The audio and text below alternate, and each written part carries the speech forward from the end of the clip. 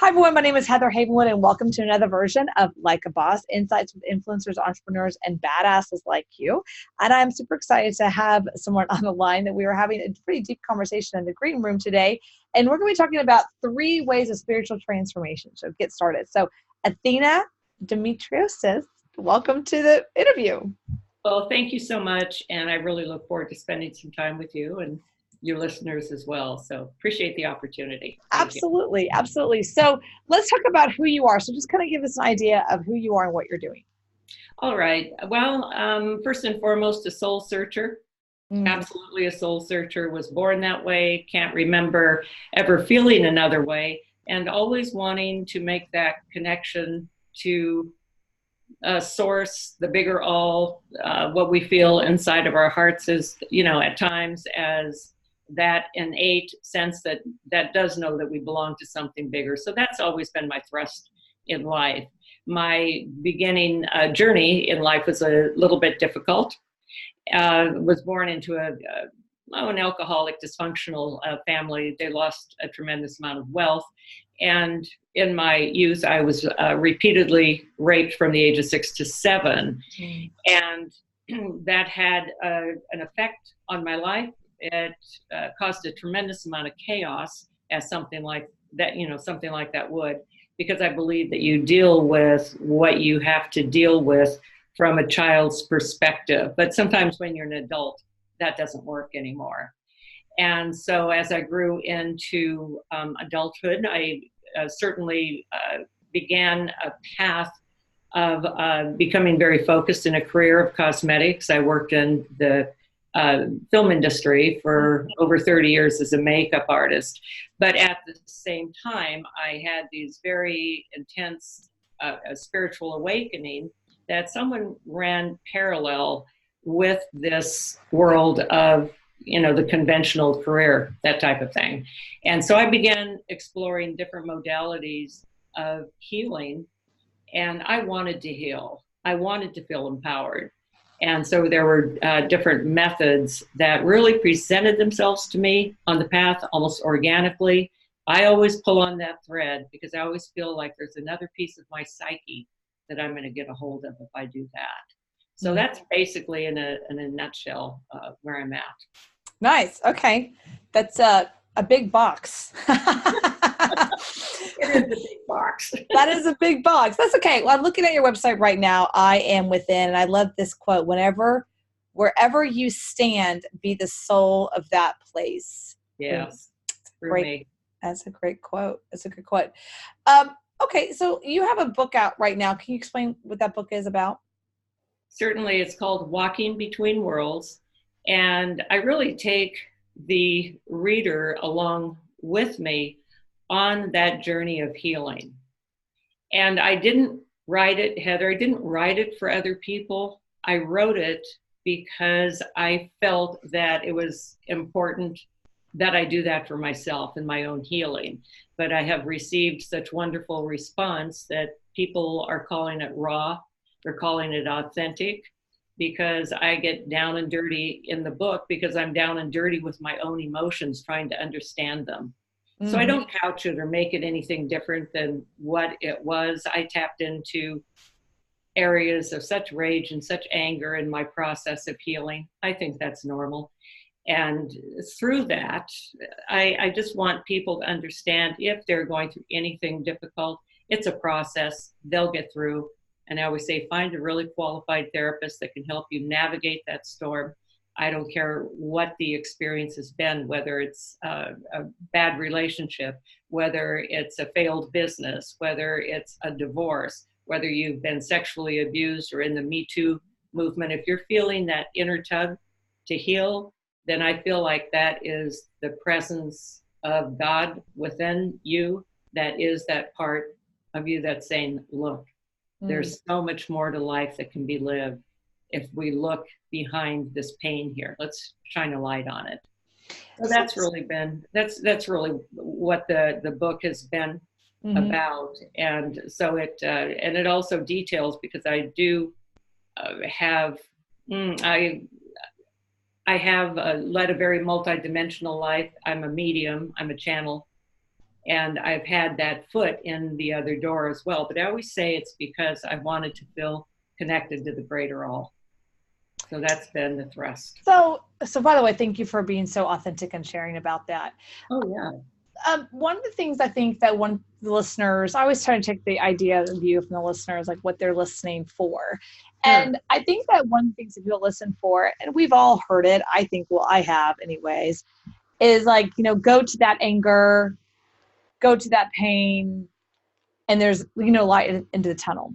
Right. I think we've all experienced that on some level, but the deep shit, like Yes. the really deep shit. Yes. I think that our society, now this is my experience and I'm going to share my experience and I'm going to like pass the baton over there. Okay. Sure. But my experience is that if someone's angry, like the world or the people like kind of like, okay, well go into your room and let us know when you're done, or, okay, we're going to leave the house while you're angry, or like, oh, I don't want a friendship with you anymore because you're angry. Right. And anger, I'm going to speak esoterically big here. Anger is not allowed in our society. If you're angry, you're weird. If you're angry, something's wrong with you. If you're angry, it's almost like unless you're just peaceful, you're allowed to hang out. If you're angry, you must, and then there's other words that go along with that. Okay.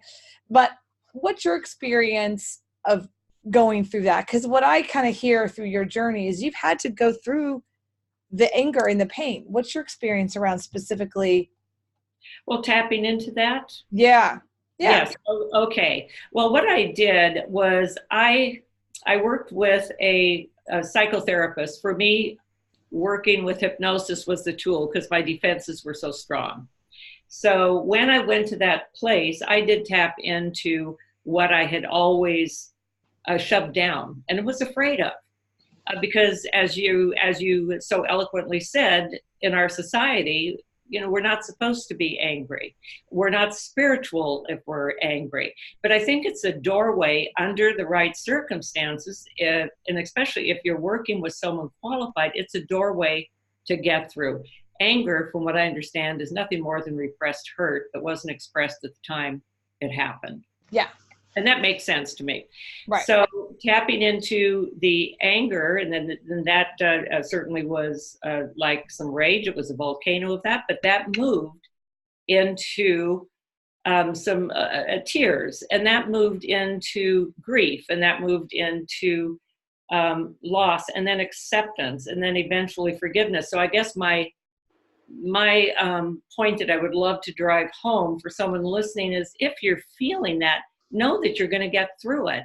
But if you allow yourself to explore and let that have its time and its space, you will automatically, if you're doing the work, you'll morph into the next phase of the healing, and then the next phase of the healing, and the next phase of the healing.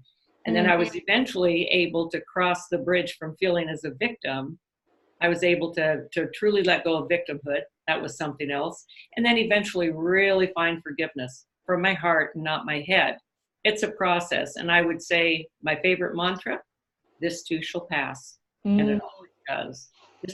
Put it on your wall, plaster it around. This too shall pass. It really is a great statement. This too shall pass, Oh, it's my sacred mantra, because I was told one time, Heather, and I would love to share this again with your audience if there's, and I know everyone has had a lot of pain in their life. I mean, the earth is not an easy place. But if one can look at it as a school, and that our experiences are our school books. And if there's a pattern that's continuing to come up over and over again, look there, because there's light, there's more, there is a greater totality of yourself. There's another big piece of the puzzle behind the unease. Just have to shine a light on it, a big piece. And so with that, something that really helped me is, what have I learned from it? How has it served my soul? How has it helped me grow? And that will automatically help you feel less like the victim, more like the creator of your adventure here in life. So that's an important part too. Okay, let's go through those 3 questions again. What are they again? The ones for what, the transformation, or the ones you just said, just repeating what you just said. Oh, okay. That is, if you look, take a piece of paper, you write down, how has this experience served my soul? How has it served me? And then the next one, how has this helped me grow? How's it helping me evolve, basically? And then the third one is the self-responsibility, because you'll be able to see it as more as your creative adventure. Now, I do want to say real quick here, I had an experience when I was put under one time by Dr. Slavin, where I automatically went to the other side, my in-between life, before I was born. And I was surrounded by these masters and teachers, and they were showing me my life, where I was going. But the one thing that they showed me was how I could change in this life.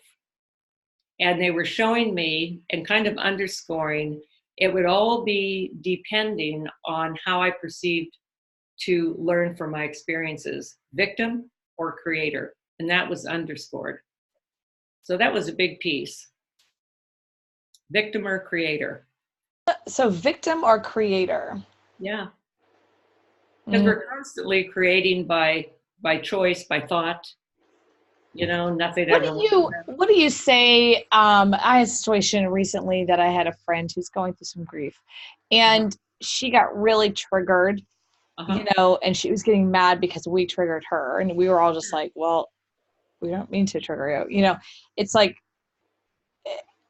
you know, when we all get triggered. I mean, she's got triggered, and that's fine, and whatnot. But then it was like lashing out on us versus like, well, we're not trying to trigger you, you know. Right.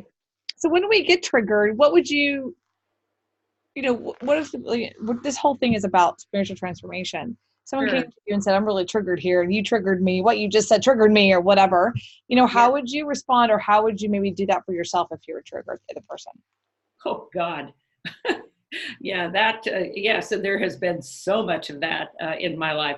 One of the things that works for me is I have a plastic bat that was given to me by a Gestalt therapist years ago. I call it Batty Wap Wap. And I will go in my bedroom and I will just pound it out. I mean, on the bed or whatever, get the anger out of you. You're not going to hurt anybody. And at least you're going to, you may cry, that's fine. You may shake, you probably will cry. But then after that, you're going to feel a little bit more peaceful. That would be a wonderful time to write. That would be a really good time to write in a journal, you know, and what was I feeling with that anger? And if you just are really authentic with it, you're going to get to a gem, because I always say, Heather, that there is always a gem in the scum of any experience. There's always a gem of any scum of any experience. Oh. Yeah, and you know, if you're willing to go in and take the dive for it, but if something's super uncomfortable, really uncomfortable, if you find yourself getting angry or defensive or whatever, there's something there to look at. Now, sometimes these get triggered from past lives. They truly do. Some of these things, repeated patterns, usually have an origin. That can have an influence in there as well. You know, and so that's what I would say. Just write those 3 things down. So I have a question, because you seem like a very spiritual person, and you've been medium and channel. Have you done any kind of channel work or any kinds of things like this for Hollywood stars since you were in that world for so long? I have. I'm not going to ask you who, by the way. I'm curious, though, you have, so that's something you do or have done in the past? I have. Yeah, that's cool. That's cool.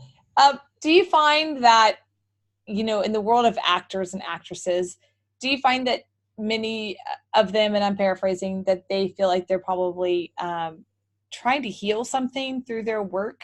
I think we all do, but. You know, I do. I do. And sometimes I think if somebody has been really thrust into the public eye like that, whether it's celebrity, whether it's what you're doing as well, sometimes I think, and this is me just with the other lifetimes, sometimes I think it was at the opposite effect. Maybe they didn't have a voice, or their voice was taken away from them, and they are now to be front and center you know, where your point of view is being heard, where it is being honored. Yeah. You know what I Yeah. mean? Interesting. Yeah.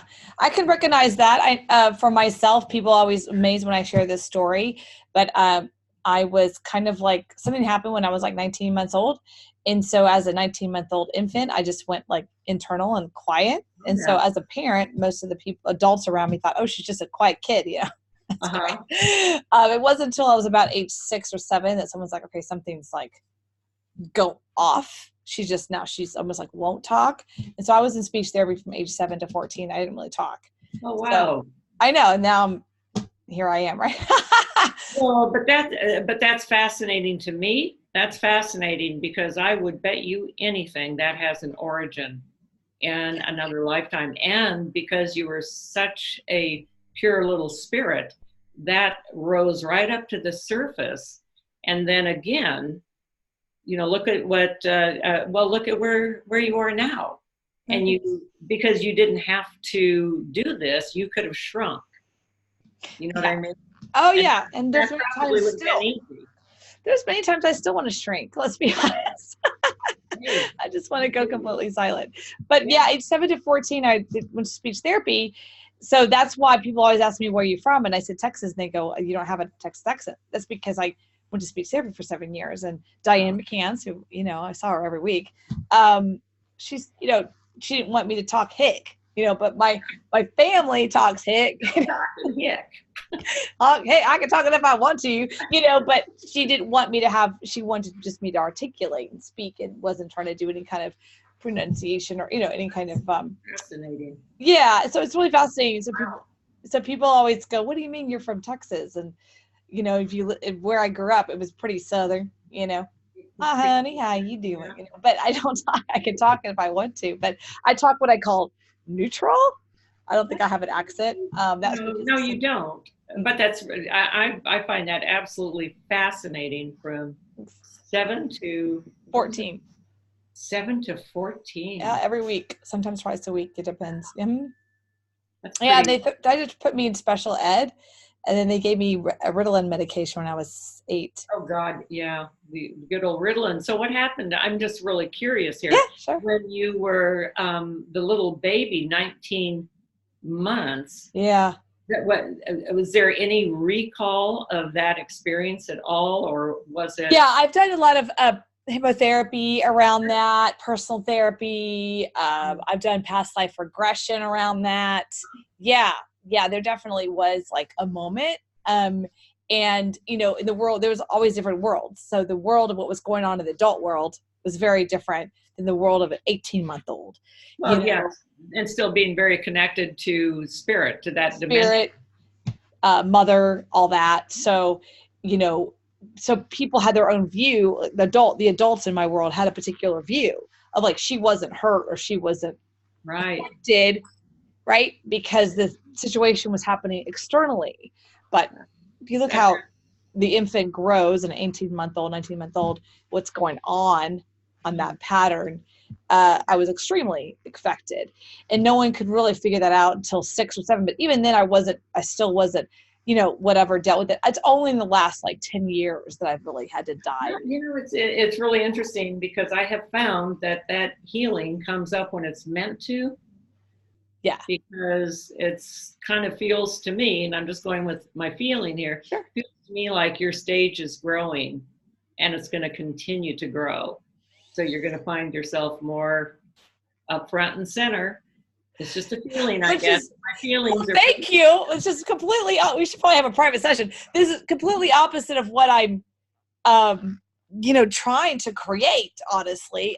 I want to help people, of course, but there's a huge piece of me that just wants to, you know. Yeah, but you know what? I kind of have a feeling it's going to morph into something. Oh, thanks. So, yeah, and just allowing it to morph.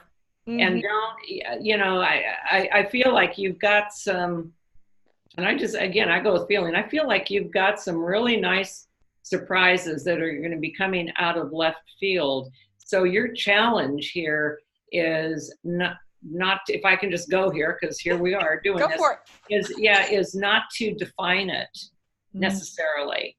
not to define it, because it's going to take shape and form. And I feel like it's going to be different than what you're anticipating, but it's going to be enthralling and exciting.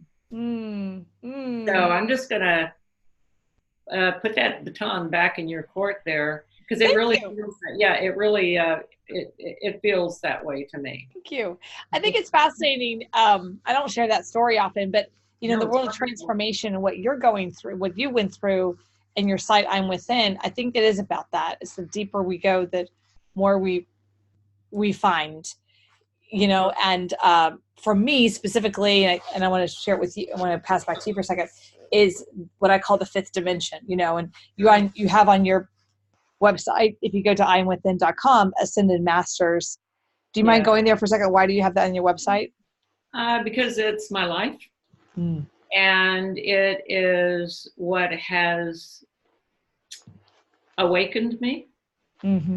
And I have been a devout student of that for 40 years now. And it's completely transformed my life, because we are constantly creating. We're creating every moment. Yeah. And that information takes one so deep. And prior to this information being brought forth in the 30s, and this was brought forth by Saint Germain, students were taken into retreats. The word retreat, Heather, means mighty focus of light. Isn't that beautiful? And after a 3-year probationary period, they were given that information. Cutting to the chase, Saint Germain appeared to a man on Mount Shasta, and I live about an hour and 45 minutes from Mount Shasta. It's really so mystical and magical. But he said that humanity had to have more than human help right now. So that if they could become aware of where their individualized God presence is, we're all part of that loving consciousness. That's the highest law, is love. But if we could anchor to that and begin to turn through our free will, because we always go to the negativity as a rule. You know, the pendulum swings, and our thought process normally is, this isn't going to work out, or that isn't going to work out. There's not enough of this, not enough of that. And it, just kind of runs like a rampant dog. But he said, if you anchor to your presence and you begin to affirm, it's really what you use the 2 words, I am with. And so he teaches the student how to anchor to that. So that's really my joy. That's what I love to teach. I love to help light that flame in somebody else and empower them so that they can expand their light and their understanding. Every single person is unique. They all have a gift. We all have a gift to give light. And, you do that healing and shine the light on that. And I want to share something, because this was given to me, Heather, it was probably at the darkest moment of my life.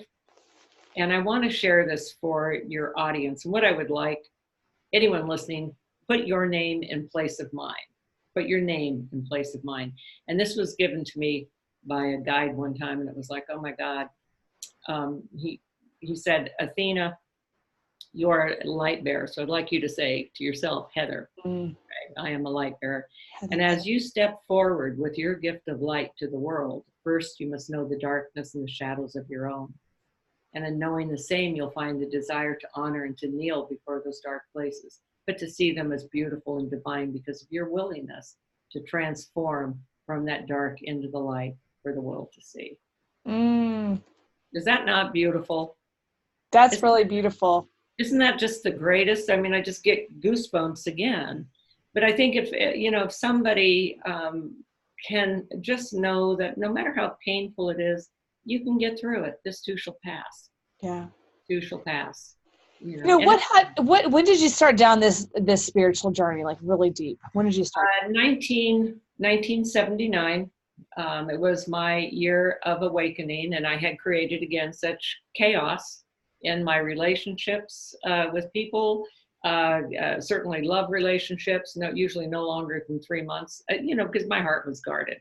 That's understandable. We always do that, right? Got to keep safe to where you can't get touched. So I was very cold, but at the same time, I had become a workaholic. and I was working in the corporate world for Revlon, and so that was my focus. Where can I go from here? Where can I go from here? That kind of thing. 1979, I had 3 experiences hit within 24 hours. Literally brought me to my knees. I did not believe in God of any sort, had no religious upbringing whatsoever. But as a troubled teenager, sometimes I would sit by a creek and write. And I would think, if there is God or a presence of something, it has to be more like this peace that I'm feeling right now, this tranquility sitting by this creek side.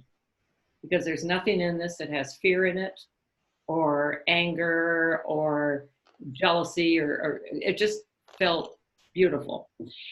So I always kind of thought about that. But what happened in 1979, those 3 events brought me to my knees. And I remember saying, if life hurts this bad, the cause has to lie within me. And the moment I said that, without studying anything spiritual, Heather, there was a golden ray that came into my front room and dusted everything with gold. I did not understand. It was just like you just blew a big fan of gold dust all over everything. Everything came in on this huge ray. I didn't understand it. I wasn't awake. It was a very painful period. It was later down the road that I read in one of the books of the Saint Germain series, and I think there's several books, but it was later that I read that the color of love from an ascended master is gold. And that, and so, and it's hard for me to talk about it without tearing up, because it was so bittersweet. It was so beautiful. I am so thankful. And so now, that's my joy, is to work with other people and help connect them inwardly with that. That's my joy. I love that. I love that. Well, thank you for sharing that. That's pretty deep. And thank you for sharing that. I think that we all, would love to have someone come in, and I call that gold dust, just. Yeah, like the fairy dust. Yeah. And, and I also felt it was the same with you, with that experience as that little 19-month baby, and then 7 to 14, is that sometimes our greatest gift in life comes from honing our darkest moments. Yeah.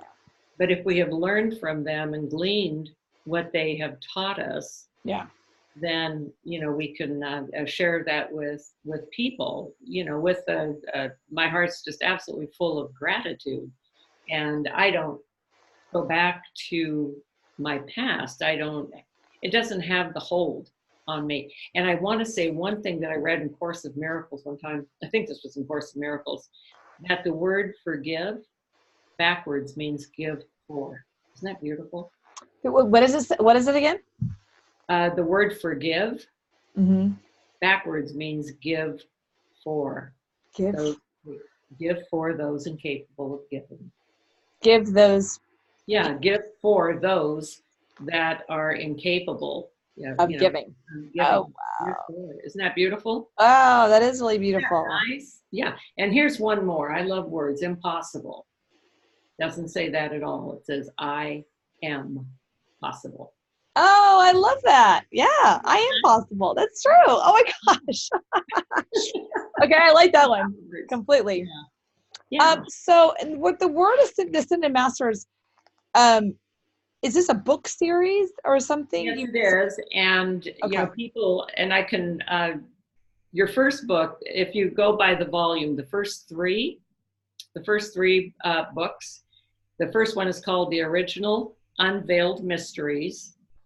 That's by Godfrey Ray King. The second one is called The Magic Presence, which means your magic presence, your individualized God presence, by Godfrey Ray King. And the third one is The I Am Discourses by Saint Germain. But I would say make sure it's volume 3, because it continues to progress beyond that. And so those first 3 give anybody the absolute tools to completely transform their life.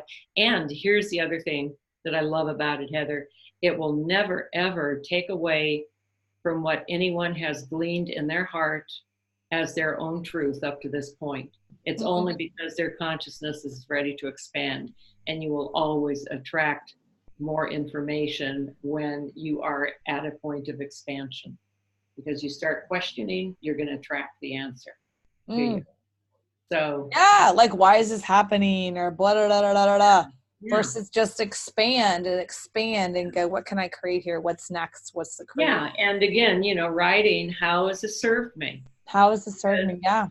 Because half the time, if we're feeling, let's say someone else is in our life and they are making all the choices for us, then it's impossible, and this is from the one that I channel, his name is Dr. Peoples, it's impossible to feel as if you are the creator, because someone else is making that direction and those choices for you. You're kind of hanging on their coattail.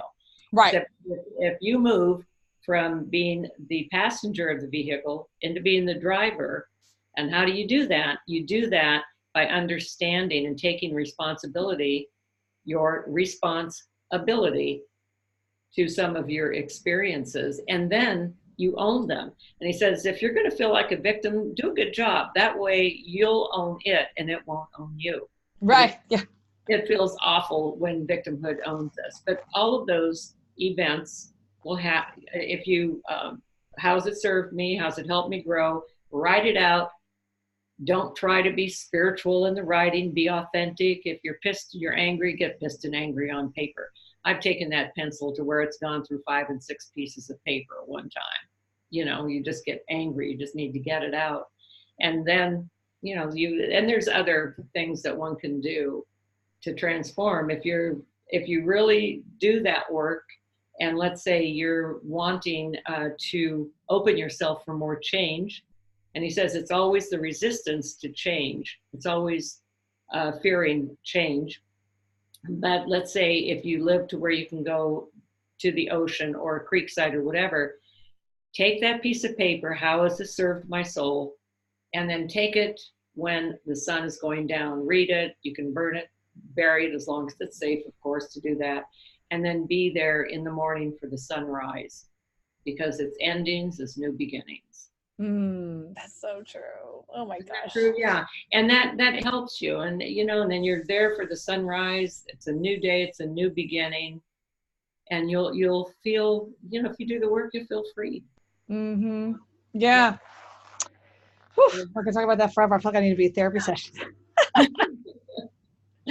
But thank you for this. I just want to wrap that up. But you can go, people can find you at IamWithin.com. IamWithin.com, and my book can be ordered, you know, can be ordered through any traditional bookstore. And of course it's on Amazon, and it's on Audible as well. So real quick before you leave, Dr. Peebles. Yeah, Dr. Peebles. Dr. Peebles is a spiritual philosopher, and he was a 19th century spiritualist, one of the first spiritualists. And he, you know, he says that he has a love affair with the beautiful blue planet Earth. And so, yeah, isn't that beautiful? And so I channel him. And so I the doc, as I call him, and he will work very personally with people. A lot of times past life stuff does come up. And what's fascinating, I get to see those lifetimes. It's like going to a movie theater and watching them come out on a black screen. But the conversation is like going into such a deep daydream for me. And I record those for people and send them off. How long have you been channeling Dr. Peebles? Dr. Peebles? For about, I don't know, 20, 30 years. I've lost count. Was that I'm sure that was an interesting experience when that first happened? Yes, it was. The first time I ever heard Dr. Peebles was on the radio, and that was in 1982. And he was on a syndicated talk radio. He was coming through a medium, his original medium back then. And I had no idea what channeling was. I fell in love with him. I loved his answers. People could call up over the phone. He'd just give them answers. And I loved him. And he's known for his humor. He's a big tease. And he always says an old soul is a very slow learner. That's his favorite joke. which I love. But the next day I was working on a commercial, and there was this actor. We had this instant rapport, and I was doing his makeup, and he says, I just had the most incredible reading by this character named Dr. Peebles. That was the next day. So there you go. Synchronicity, was in full motion. So I went to see Dr. Peebles. The first thing he told me, he says, you need to write your life journey. And oh, wow. That was in 1982. It took me probably 25, 28 years because of the diversity of the experiences, because feeling like if I got it out there, I was going to be obliterated or burned at the stake, or, all those things, the old healers that we all carry through. Yeah. And, or persecuted for speaking my truth. And because it's so raw and I do not couch anything, that's what people are identifying with in the book. So that was a big, to be able to do this, to be able to talk to you, all of this is huge for me. It is. Well, I'm reading a book right now called Outwitting the Devil by Napoleon Hill. And right. I don't know if you've read that book, but it's literally a conversation with the devil. And he actually had happened and he wrote it in the 1930s, 38. Right. Wow. But, his wife his wife is like, no, you're not going to publish that until I die. Well, he died first, then she died. And then it got passed to a cousin, and the cousin didn't want it to be published. And then she died in the 90s. So the book just got released in 2011, and I'm just now reading it. And I can see why it would, being published in the 30s and 40s or 50s and 60s and 70s, people would think, Well, but it's interesting because when we do our healing like that, I know I made a conscious decision to wrestle the demon to the mat. So I get that. And I think there's the good, the bad, the ugly, and the beautiful in all of us. I agree. I think this particular aspects. He's channeling, basically, he's calling the devil or asking the devil questions. So it's, I haven't read your work, but it's pretty profound information. Yeah. Yeah. And I just, my point is that I think it's a time in our lives that work like his, work like yours, work like Abraham Hicks, Yes, I love Abraham. Nowadays it's like, oh yeah, channeling. 20 years ago, 30 years ago, it was like, what's that? So. And the veil is thinner. Yeah. The veil is getting thinner. Yeah. It truly is. And so it's timing, it's transformation, because I also believe, Heather, I think people are having to make a decision on what rung of the ladder they're going to be stepping on. Yeah, they are. Yeah, you're either going to awaken, and to come in alignment with who you are and the universe there, or you have that creative ability to spiral off into another direction. Right. But I think we're really having to make, what are you going to do? You're going to serve the dark or the light, really kind of comes down to that. I love that analogy, that the veil's getting thinner. It is. It is. I see spirit physically, and I've done that for a long time. And, and that's because it is, the veil is getting so much thinner. Mm-hmm. But I think that's also a natural evolution of our soul, is when we continue to expand, then what we think as miraculous or whatever, that's really the way life is meant to be lived. When you have that beautiful, seamless synchronicity, events come together. So I always just, thank you, God. I love that. Thank you so much. Bring it on. Bring it on. Right. I agree with that completely.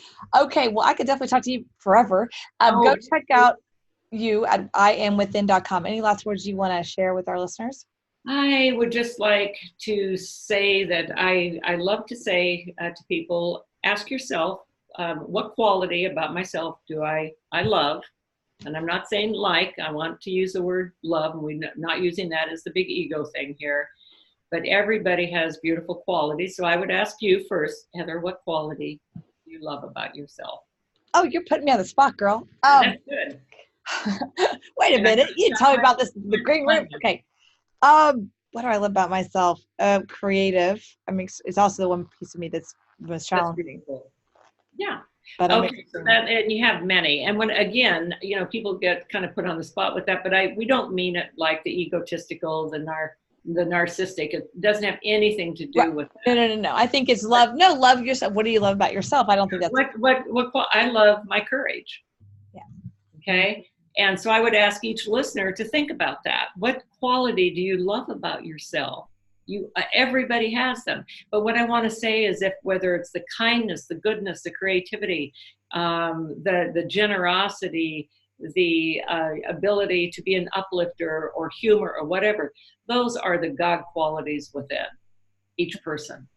And we're loaded with them. Yeah. We're just able to flow forth and express, okay, when it's not blocked by the old human personality.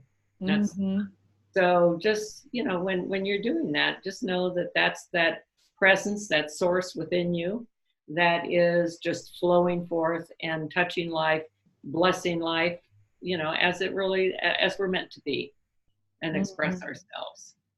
Yeah, so true. It's so true. Well, thank you so much, Athena. I really appreciate your time here. And I really enjoyed this.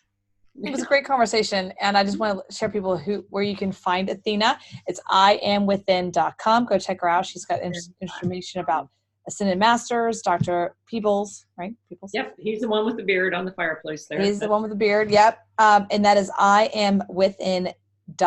All right, everyone, this is Heather Havenwood. Check us out at heatherhavenwood.com, as well as Google Play, iTunes, Roku, iHeart, Spotify, Pandora, anywhere you listen to podcasts. Take soon. Bye.